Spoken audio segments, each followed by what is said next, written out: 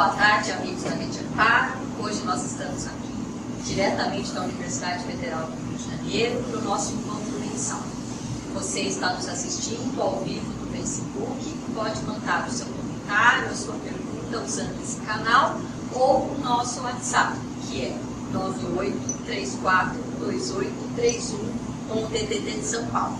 Hoje nós teremos o prazer de ouvir dois palestrantes. Primeiro nós vamos conversar com o Tiago Paz, que vai falar um pouquinho sobre a marcha, o andar na doença de Parkinson, o que nós precisamos saber e como é que nós podemos minimizar os problemas da marcha na doença de Parkinson.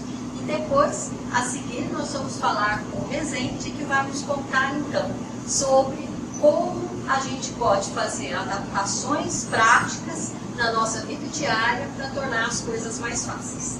Então, por favor, mande seu comentário, mande a sua pergunta, não deixe de interagir conosco. Olá, boa tarde a todos. Meu nome é Tiago Paz e o tema da nossa palestra é Marcha na doença de Parkinson, o que saber e como tratar. Eu sou fisioterapeuta, doutorando em Educação Física, mestre em Educação Física pela Universidade Federal do Rio de Janeiro também. Eu sou pós-graduado em Fisioterapia Neurofuncional e sou membro do grupo de estudos na doença de Parkinson, GEDOPA. Então, a doença de Parkinson é definida como uma doença neurodegenerativa, que acomete principalmente a substância negra, que tem uma relação funcional com os núcleos da base e vai levar a comprometimentos em vários aspectos, mas principalmente os comprometimentos motores, em pacientes que venham a ser acometidos por essa doença. Ela tem uma incidência em torno de 1% da população acima de 60 anos, chegando a partir dos 80 anos, essa incidência chega a 4%, ela comete mais homens do que mulheres. O diagnóstico é basicamente clínico, não existe hoje exame de imagem que seja preditivo para o diagnóstico da doença de Parkinson, então o neurologista ele tem que se basear pelos aspectos clínicos, e quando esse paciente procura o neurologista, ele vem com queixas motores. Mas a gente tem que entender que a doença de Parkinson ela não tem necessariamente só aspectos motores. Hoje em dia, quando o indivíduo chega no consultório do neurologista, ele é diagnosticado baseando basicamente se ele tem tremor, se ele tem rigidez, se ele tem lentidão dos movimentos, que é a bradicinese. Mas existem essa classificação de Braak, que classifica a doença de Parkinson em outras etapas, onde os sintomas já deveriam ser previamente estabelecidos 20 anos antes da doença de Parkinson, no que tange aos aspectos motores. Mas como são sintomas que são muito genéricos, boa parte da população tem, passa desapercebido. Mas o que mostra em alguns estudos é que esses pacientes que desenvolveram doença de Parkinson já tinham essas afecções como hiposmia, constipação, desordem da bexiga, distúrbio do sono, e se a gente for pegar boa parte da população, tem esses sintomas. Mas o que seria interessante é que a doença de Parkinson, então, não tem só aspectos motores, ela tem outros aspectos também. Esses são os 4 principais sintomas da doença de Parkinson, de sinais e sintomas.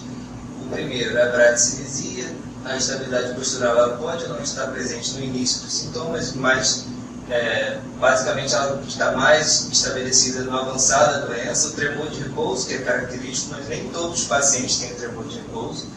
E a rigidez seria aquela resistência ao movimento que o paciente detecta em alguns movimentos, mas principalmente quando ele é avaliado pelo neurologista ou pelo fisioterapeuta, é que é mais visível esse comprometimento. Esse é um vídeo demonstrando uma marcha típica do paciente com Parkinson. Só para esclarecer, a doença de Parkinson ela é doença de Parkinson idiopática, onde nós ainda não temos a causa estabelecida dessa doença, mas alguns pacientes podem ter também os sintomas da doença de Parkinson oriundos de outras afecções. A gente chama isso de parkinsonismo. Então, por exemplo, um paciente que tenha um AVC que acometa regiões específicas que estão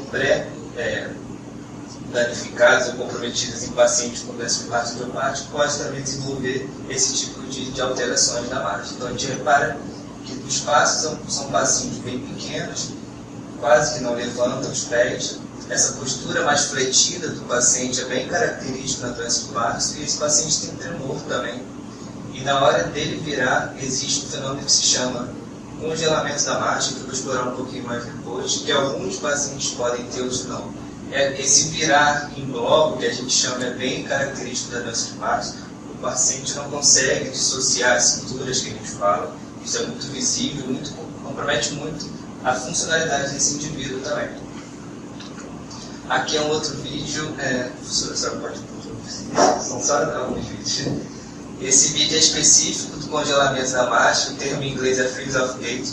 É uma paciente nossa lá do nosso ambulatório no Leonido Couto, que é o instituto onde nós fazemos as nossas pesquisas e atendemos muitos pacientes com doença de Parkinson. Essa paciente, ela começou a caminhada, ela é pedida para que ela vire, faça uma curvinha, mas ela não consegue fazer, isso é involuntário, né, porque ela quer virar devagar, ela não consegue virar. E aí quando a gente pede para ela reiniciar a caminhada, ela trava de novo, de fato ela congela. A sensação desses pacientes é que seus pés estão grudados no chão, e aí, às vezes não conseguem sair desse quadro. A gente tem como traçar algumas estratégias para que eles saiam desses quadros. Então, por exemplo, costuma funcionar muito bem você pedir para o paciente levar o pé no próximo rejunte do piso, por exemplo.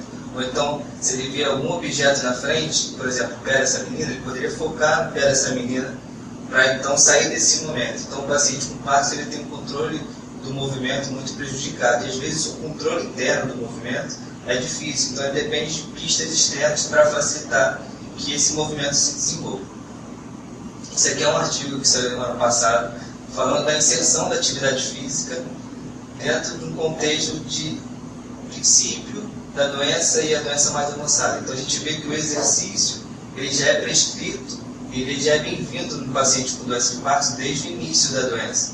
E a fisioterapia também desde o início. O interessante que a gente tem notado é que, e os estudos mostram, que alguns pacientes, quando eles têm um diagnóstico, às vezes eles estão muito funcionais, que a gente diz. Eles não dependem de uma intervenção muito direta da fisioterapia. Então eles podem vir para o setor de fisioterapia, eles fazem uma avaliação para a gente ter todos os dados iniciais desse paciente, mas a gente pode orientar esse paciente a manter uma atividade física que ele já venha a fazer, e ele pode, enfim, continuar essa atividade física, e se não faz, começar a fazer. Em reavaliações frequentes, a gente pode ver uma necessidade ou não desse paciente ser institucionalizado, ou seja, ele vai começar a precisar mais da intervenção fisioterapêutica. Mas aí a fisioterapia, uma vez instalada, ela vai até o final dessa doença. Esse paciente vai estar muito próximo do fisioterapeuta. Esse aqui é um quadrinho da Diretriz Europeia da Fisioterapia para doença de Parkinson, mostrando que o fisioterapeuta está no centro do manejo desse paciente. Então, sempre pensando que esse paciente ele vai ter um cuidador, e muitas das vezes o paciente tem como cuidador sua esposa, familiares, ou algumas vezes tem pessoas profissionais junto com esse paciente. Então, sempre o fisioterapeuta, junto com o neurologista, ele vai estar muito próximo desse paciente, entendendo as dificuldades desse paciente, manejando esse paciente, e aí, junto com o médico, junto com o paciente, pensando em outras abordagens, como, por exemplo, uma nutricionista, uma terapia ocupacional, fonoaudióloga, mas sempre o fisioterapeuta ele está muito próximo do paciente. E sempre a gente tem que pensar muito no cuidador desse paciente também. Então, no início da doença, no avançar da doença, esse paciente ele vai precisar de ajuda dos seus cuidadores. Então, de repente, você faz uma orientação para o paciente, mas vale você reforçar essa orientação para o cuidador. E se você passa algumas atividades específicas, vale você também ensinar para esse cuidador também o que você está pedindo, até para que esse cuidador possa ser uma espécie de fiscal do seu serviço, né? Tiago, ele está fazendo, ele não está fazendo, ele está com dificuldade nisso, mas ele não quer falar. Isso é importante, a gente ter as duas pessoas muito próximas da gente, o paciente e o cuidador. E pensando no contexto mais geral da fisioterapia, no contexto mais geral de abordagem desse paciente, hoje em dia a gente se pauta muito nosso trabalho dentro da doença de Parkinson através da classificação internacional de funcionalidade. Em palavras mais claras, ela, na verdade, vê esse paciente como um todo, não considerando apenas as suas limitações, as suas características específicas, mas considerando que esse paciente ele vai ter comprometimento em funções e estruturas do corpo. Por exemplo, ele pode ter uma fraqueza muscular importante, e essa fraqueza ela pode impactar em atividades do dia a dia, como, por exemplo, tomar banho sozinho, e na participação desse indivíduo na comunidade também. Às vezes ele pode ser dependente para pegar um ônibus, por exemplo, e a gente tem que entender os fatores ambientais e os fatores sociais, pessoais que estão envolvidos nesse paciente. Ou seja, se o paciente mora numa comunidade que ele tem que subir escadas, que ele não tem uma acessibilidade muito boa, esses fatores ambientais vão interferir negativamente para esse paciente. Mas se ele mora num local de boa acessibilidade, que ele tenha recursos para gerir a sua questão, esse paciente vai ter fatores ambientais positivos que vão auxiliar. Então, muitas das vezes, alguns fisioterapeutas não consideram essas questões. Passam a atividade e não entendem por que o paciente não faz, o que o paciente faltou aquele dia. Às vezes ele estava sem o cuidador e ele não conseguiu descer vários lances de escada. Então, a gente tem que entender todas essas questões. Os fatores pessoais também entram aqui.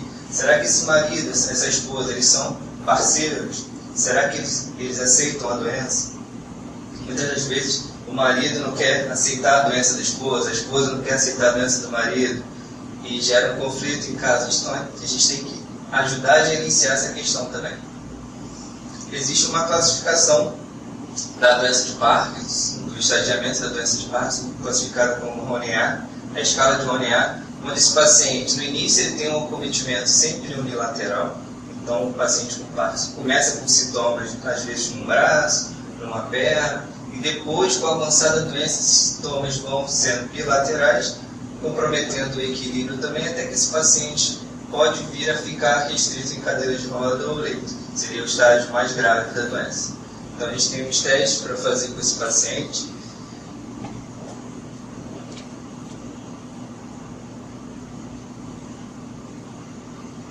Então, esse teste especificamente é o teste do empurrão, onde nós puxamos o paciente e vemos basicamente a resposta desse paciente ao teste. Nesse primeiro caso que a gente mostrou, o paciente ele se recupera desse estímulo, então a gente classifica esse paciente em 2,5, porque ele dá alguns passinhos para trás. O próximo paciente, ele já não tem uma reação muito boa na recuperação desse teste.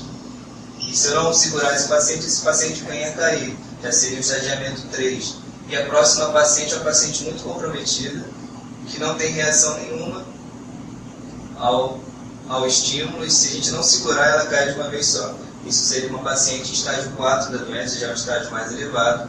E pacientes com estágio 5 nem fazem esse tipo de teste, porque eles não ficam sozinhos, sem ajuda.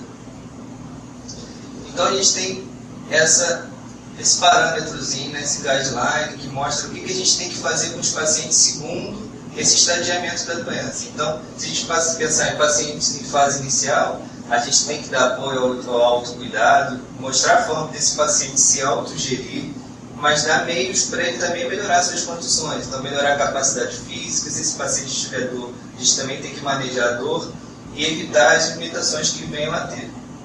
Em pacientes 2 a 4, a gente vai sempre pensar o quanto esse paciente é capaz de ser funcional e se autogerir também, mas pensando sempre em começar a pensar em adaptações no seu dia a dia para evitar muito gasto energético, principalmente pacientes 3 para 4, mas sempre tentando estimular ao máximo esse paciente. Nessa fase aqui já é presente talvez fenômenos como fadiga do paciente, então a gente tem que ter cuidado, porque tem pacientes que a gente dá muito estímulo, eles ficam 2, 3 dias muito cansados, então a gente tem que moderar a nossa fisioterapia também.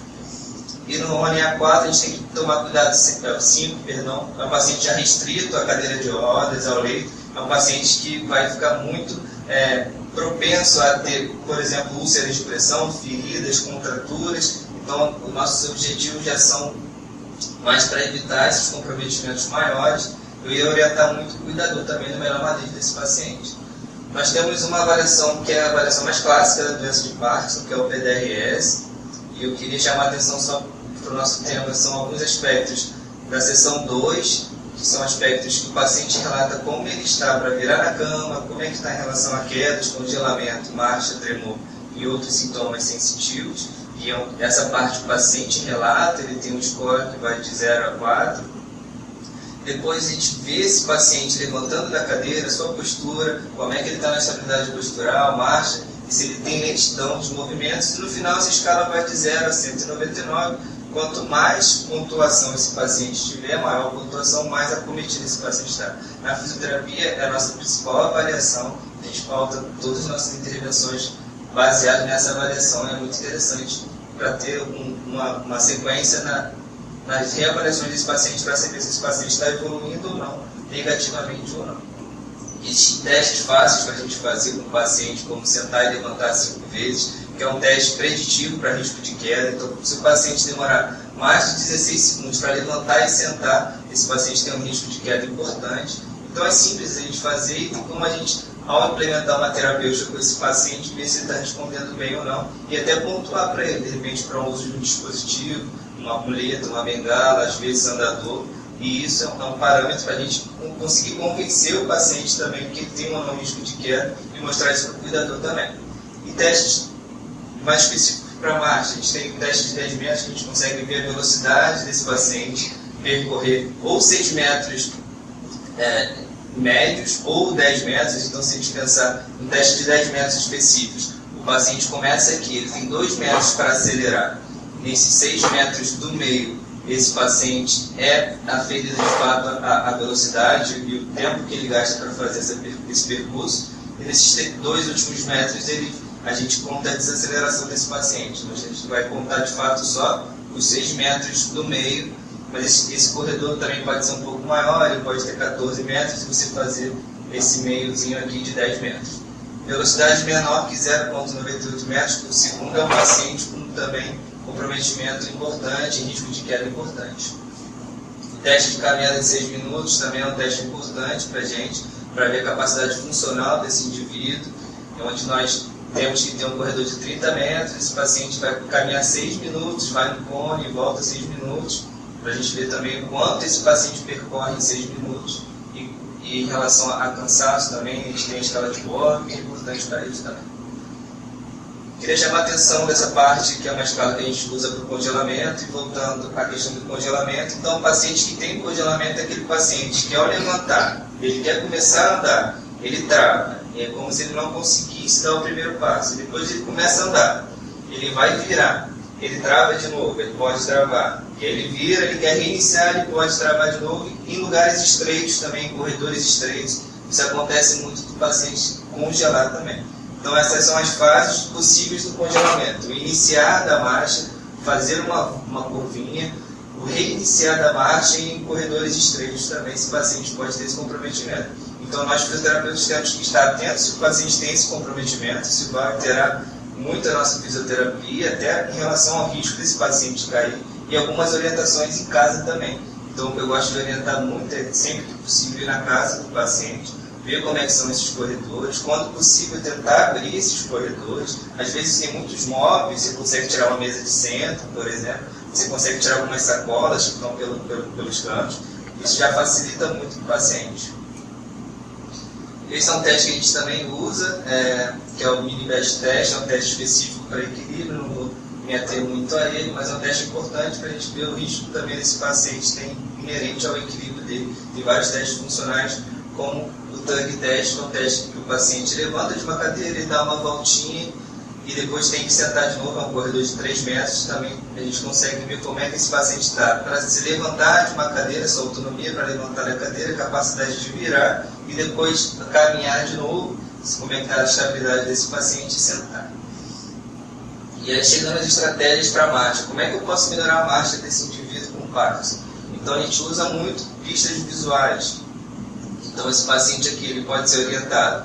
Ora, quando eu pedir, você vai no quadradinho roxo com a perna direita. Quando eu pedir, você vai no quadradinho laranja com a perna esquerda. Então o paciente, se ele quisesse fazer sem nenhum estímulo externo, talvez essas tarefas fossem mais difíceis para ele. Mas como ele tem uma meta a alcançar, fica mais fácil. Ele consegue, a gente usa estratégias para vencer toda a dificuldade que esse paciente tem. Ele consegue executar tarefas quando ele tem pistas externas. Depois eu vou mostrar um outro tipo de pista externa, mas a gente usa pistas visuais, a gente usa também pistas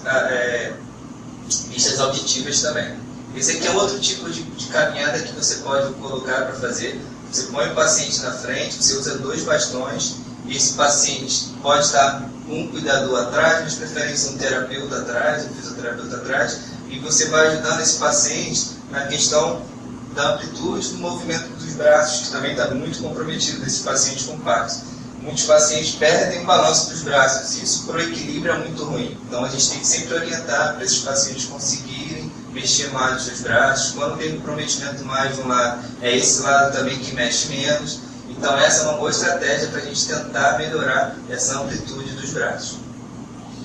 E tem uma outra forma também que é pouco explorada, mas tem alguns centros que utilizam, que é a caminhada nórdica, que seria esse tipo de caminhada aqui, que é muito interessante para o paciente com Parkinson. São bastões como se fosse daqueles andarilhos, ou então que esquiadores usam.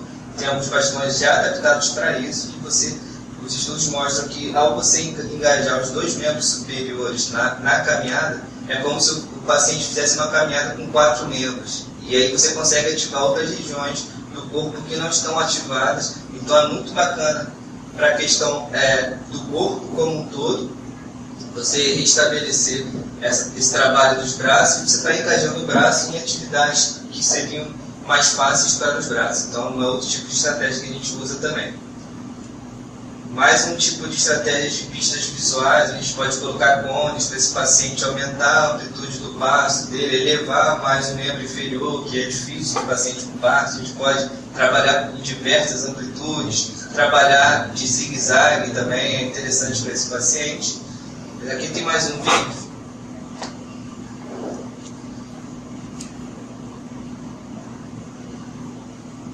Isso é um vídeo interessante da internet, da Lancet, mostrando o paciente na fase off da doença, que seria o momento em que, na verdade, a fase off da medicação, em que a medicação não está fazendo efeito. Então, os pacientes, quando tomam a medicação, mais ou menos de 4 em 4 horas, umas 2 vezes por dia, mas alguns relatam que, quando eles tomam a medicação, chegando próximo de tomar a próxima dose, parece que a medicação parou de fazer efeito.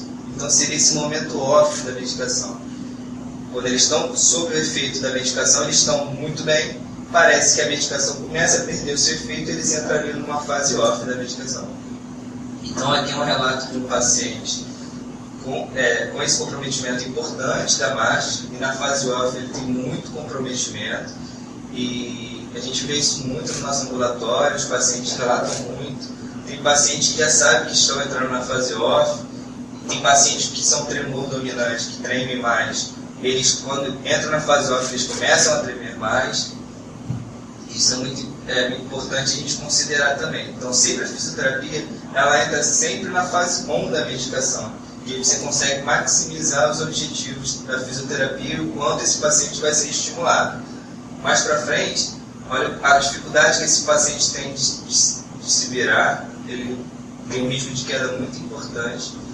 E esse vídeo é interessante que ele vai lançar uma última estratégia para esse paciente ainda aqui na fase off. Então aqui, esse paciente está na fase off, ele tinha um comprometimento muito grande, mas você põe pistas externas. Olha como é que ele melhora a marcha. Só de você botar pistas no chão para ele caminhar. Então a gente consegue, agora são pistas auditórias, né? Auditivas. E a gente usa o metrônomo, depois eu vou dar 2 exemplos de metrônomo que fica, você consegue botar esse barulhinho, toque, toque, toque. Você ensina o paciente que no toque ele tem que botar o pé no chão. Olha esse paciente na fase 1 como ele é. A gente usa muito esse estímulo auditivo também com esses pacientes. Então, 2 exemplos de aplicativos que a gente pode ter, e que eu uso muito esse aqui, são esses metrônomos. Em qualquer plataformazinha da Google ou do Mac, você consegue ter esses aplicativos e você consegue treinar a marcha com esses pacientes. Então você pode lançar mão de pistas visuais ou então do metrônomo, que são pistas auditivas para esse paciente. Isso funciona muito bem para esses pacientes. Treino de marcha também é bacana quando o paciente não tem um comprometimento muito grande, porque ele dá a cadência da caminhada do paciente. O paciente com Parkinson, ele perde a cadência, ele está indo muito bem, daqui a pouco ele começa a diminuir, daqui a pouco ele aumenta de novo, e se ele tiver uma velocidade pré-setada ali, ele vai ter que manter aquela velocidade. Lógico que você não vai avançar demais do que esse paciente pode dar, mas ele vai ser obrigado a manter o ritmo, isso é muito importante. Então a esteira é bacana por essa questão do ritmo também. A realidade virtual, ela tem associada também para usar uma tarefa mais lúdica para esse paciente, focando sempre e primariamente no equilíbrio desses pacientes. Lógico, quando o paciente tiver um comprometimento muito grande, sempre perto de um fisioterapeuta ou de algum cuidador, mas que a gente pode também usar estratégias mais interessantes. De repente pode fazer com o neto, pode fazer com o filho, já fica mais interessante, é uma estratégia que a gente pode usar também. A gente sempre orienta esses pacientes com dificuldades maiores, a gente adaptar a casa do paciente, como eu falei, então ver se esse banheiro é um banheiro acessível, se tem algum obstáculo para esse paciente, tentar retirar, tentar minimizar esses obstáculos. Isso é muito importante também, orientar sempre os familiares, falar que esse paciente não está andando mal porque ele quer, porque ele tem dificuldade. Alguns familiares acham que o paciente não quer andar. Enfim, importante em relação aos tapetes, também sempre oriento em relação aos tapetes. Tem casos que tem muitos tapetes, o paciente ele não tem uma amplitude muito boa em relação aos passos, então de preferência tirar todos os tapetes que estejam no caminho desse paciente, porque o risco de quedas é muito grande. E outra questão que poucas pessoas notam, mas os cachorrinhos também oferecem um risco de queda muito grande. Já tem um paciente meu que ele caiu porque ele estava tentando andar e o cachorrinho queria brincar, pulou em cima dele, ele caiu e se machucou. Então, assim, quem tiver cachorrinho, animal de estimação e tiver um familiar ou for uma pessoa que tem comprometimento muito grande, brinque com esse animal sentado, chama o cachorrinho quando você estiver sentado. Não tenta pegar ele em pé, porque de repente isso vai oferecer um risco para você muito grande. A gente sempre orienta com o paciente na parte dos exercícios, sempre vão orientar de acordo com a necessidade do paciente, mas esse paciente tem que fazer exercício sozinho também em casa. Lógico, se ele tem um risco muito grande, ele vai fazer um exercício sentado, por exemplo, mas ele tem que fazer um algo a mais do que a fisioterapia. Aqui é o nosso grupo de estudos da doença de Parkinson. Nós também somos um grupo que estuda só a doença de Parkinson aqui no Rio de Janeiro, liderado pelo professor Clinton Correia, nosso site. Nós temos alguns canais como o Twitter e o Instagram também. E é isso. Muito obrigado.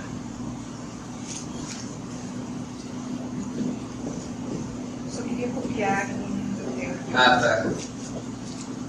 site. Então, Muito obrigada, Tiago. A gente já tem algumas perguntas que foram mandadas por WhatsApp. Tá. E a primeira pergunta, Tiago, é como uma pessoa que acabou de ser diagnosticada com doença de Parkinson pode fazer para prevenir desde o início os problemas na marcha? Os problemas da marcha é interessante que o paciente, se ele não faz uma atividade física regular, que ele comece a fazer uma atividade física regular. E se pensar especificamente na marcha, é interessante, por exemplo, uma caminhada. Às vezes, ele, no primeiro momento, se ele tiver com dificuldade em relação ao medo, ele pode caminhar com o seu cuidador, com o seu familiar. Se ele tem capacidade de se autogerir, ele pode entrar numa academia, ele pode fazer pilates. O interessante é sempre expor esse paciente a uma atividade que ele gosta de fazer também. Porque a gente pega muitos pacientes que foram sedentários a vida toda e aí eles têm o diagnóstico da doença e você quer botar uma terapêutica para ele ou fazer que ele entre numa atividade física. Então eu gosto sempre de começar a estimular esse paciente com algo que ele goste. Então se ele não gosta de caminhar, ele gosta de nadar, então vai nadar. Mas aí já começa a gostar da atividade física, começa a se inserir na atividade física e você começa a manejar esse paciente. Porque muitas vezes eles não adotam por não gostarem da atividade. Mas eu gosto muito do treino de caminhada e atividade física, musculação, pilates, no início devia ser interessante. Uma outra pergunta que chegou pelo nosso WhatsApp é se tem algum tipo de calçado mais indicado para as pessoas com doença de Parkinson. Olha, se o paciente ele é muito comprometido, calçados como chinelos e dedos não são muito legais, eu não gosto muito. Então sempre um calçado que ele seja bem compacto no seu pé, e aí não necessariamente um calçado específico, por exemplo, marcas específicas, mas sempre um calçado que seja confortável para o paciente, que em mulheres não tenha um salto muito grande, principalmente não tenha uma largura muito pequenininha. Então, se mulheres gostam de salto um pouquinho maior, mas que eles sejam mais estáveis, pelo menos, né? Que não tenham uma pontinha, por exemplo, única, mas que sejam em termos de plataforma, seria mais interessante para uma mulher. E para homens, sandálias que tem velcro já são interessantes, tênis mesmo, não tem muito problema. E agora, uma última pergunta, um amigo nosso da Rede Amparo comentou que ele tem muito congelamento na hora que faz sair do elevador. Ele mora no apartamento e toda vez que ele tem que sair do elevador, ele congela e ele fica muito constrangido. acaba atrapalhando o funcionamento do elevador. Ele estava perguntando se tem alguma dica para sair do elevador, para quem tem frizz. Eu gosto sempre de estabelecer estratégias em relação a pistas visuais. Como é sempre sair do elevador, o elevador ele vai ter um limite dele ali. Então, só dele pensar, eu tenho que transpassar esse limite, eu tenho que chegar no próximo azulejo lá, isso já vai ajudar ele. Alguns terapeutas e fisioterapeutas gostam de falar primeiro, levante os joelhos, já consegue destravar esse paciente também. Mas eu gosto sempre de estratégias no chão mesmo. Então, se você tem o limite do elevador, então tenta passar esse limite da porta do elevador. E já consegue, talvez, sair desse momento de congelamento. E como que é a relação do frizz com a ansiedade? Isso é interessante. O paciente relata muito. Quando eu estou muito nervoso, eu congelo mais. Quando eu briguei com a minha esposa, com o meu marido, eu fico pior. Então, sempre quando o paciente está mais estressado, tem um paciente meu que nem dinheiro, ele fala, Thiago, quando eu estou numa reunião, a reunião não foi muito agradável, eu saio pior, eu congelo mais, eu fico mais bloqueado. Então, sempre também trabalhar essa parte emocional é interessante para o paciente, é muito bem apontado. Mesmo porque a gente sabe que quando a pessoa congela, imediatamente já começa a aumentar a ansiedade. Então, por exemplo, esse nosso amigo no elevador, né? Só de não conseguir controlar a ansiedade, já de saber que a porta do elevador vai abrir e que eu vou ficar mais suscetível ao frizz, só essa expectativa, só a ansiedade, o nervoso de ter que enfrentar essa situação acaba já agravando o frizz. Então, é também conseguir prever essas situações e começar também a desensibilizar. Porque senão começa a gerar, está dentro do elevador, só de pensar que a hora que a porta abrir vai correr o risco de ter um frizz e pronto. Isso já é suficiente para desencadear o frizz. Nós temos aqui mais uma pergunta, por favor. Por favor. Thiago, a minha doença começou, eu percebi o braço travado. Certo. Eu já melhorei 90% fazendo fisioterapia, além dos exercícios que eu faço. Se eu parar de fazer exercício, esse braço trava de novo, ou a fisioterapia melhorou ele, não tem mais Qual é o nome do senhor? Urias? Urias, é o seguinte, como o senhor já teve uma resposta muito boa ao exercício, o senhor, de repente, quais são as motivações para o senhor parar a fisioterapia? O primeiro ponto é que o senhor tem que pensar. Se for parte financeira, se for parte de logística, se for financeira, você tem que pedir para o seu fisioterapeuta, de repente, passar exercícios para o senhor fazer em casa. Nunca ficar sem exercício, nosso corpo foi feito para o movimento. Então, se o senhor conseguir adaptar tarefas, que de repente o senhor vê o seu fisioterapeuta 3 vezes por semana, mas ele passou a atividade para o senhor fazer 5 vezes por semana e o senhor vai vê-lo só uma vez por semana, o senhor pode fazer um teste para ver se o senhor vai ficar bem. Vale a tentativa. Se de repente o senhor que não está muito feliz com a terapia, o senhor pode demandar dele que talvez ele altere alguma coisa para dar mais estímulo para o senhor. Às vezes a fisioterapia fica muito monótona também. E fica chato, né? Fazer aquela 1 hora, a mesma coisa, sempre. Então, variar as atividades também. Então, você pode dar um toque de, vamos mudar um pouquinho hoje. Estou chateado, quero fazer uma coisa mais legal. Então, dar um toque nele também pode funcionar. Mas, invariavelmente, se você parar tudo e não fizer mais nada, a chance de isso piorar é grande. Então, assim, eu não posso dizer o quanto, isso é muito específico de cada paciente. Mas é interessante que você tenha uma rotina de exercícios. Não necessariamente tem que ser o seu fisioterapeuta, mas ele é o profissional talvez mais capacitado para te auxiliar nesse processo. Mas talvez fazer esse acompanhamento, você vai segunda nele, você vai fazer terça, quarta, quinta e sexta, sendo responsável, talvez isso possa funcionar bem, já que o senhor está no quadro tranquilo da doença, ainda não muito grave. Eu vou só complementar aqui a fala do Thiago, porque a gente tem que lembrar que, infelizmente, a gente ainda não conhece nenhum tipo de tratamento possa impedir a evolução da doença. Então, todo o tratamento da doença de Parkinson é no sentido da gente minimizar os sintomas. Então, tanto o exercício, a fisioterapia, como as outras abordagens, elas funcionam como remédio. Se o senhor toma um remédio, o remédio ajuda. Agora, se o senhor ficar 1 semana sem tomar um remédio, os sintomas vão novamente se agravar. Porque, infelizmente, a gente ainda não conhece nem a cura, nem algum remédio que consiga reverter esse processo ou estabilizar esse processo, tá certo? Então, todos os tratamentos para a doença de Parkinson têm a mesma característica da medicação. O jeito de tomar a medicação é de uso contínuo para o resto da vida. O exercício para a voz, os cuidados com a alimentação, tudo isso também serão cuidados para o resto da vida. Assim, é um pacote de cuidados que vão ajudar a controlar o sintoma por toda a vida. Ok? Muito obrigado, Tiago. Muito obrigado para você que nos assistiu de casa. A gente teve vários problemas com a transmissão. A nossa rede aqui na universidade não está conseguindo sustentar, mas agora a gente vai tentar melhorar para a nossa próxima palestra. Então não saia daí, nos aguarde para que a gente possa ouvir então o Rezende falando das suas mágicas para ajudar o cotidiano das pessoas com Parkinson.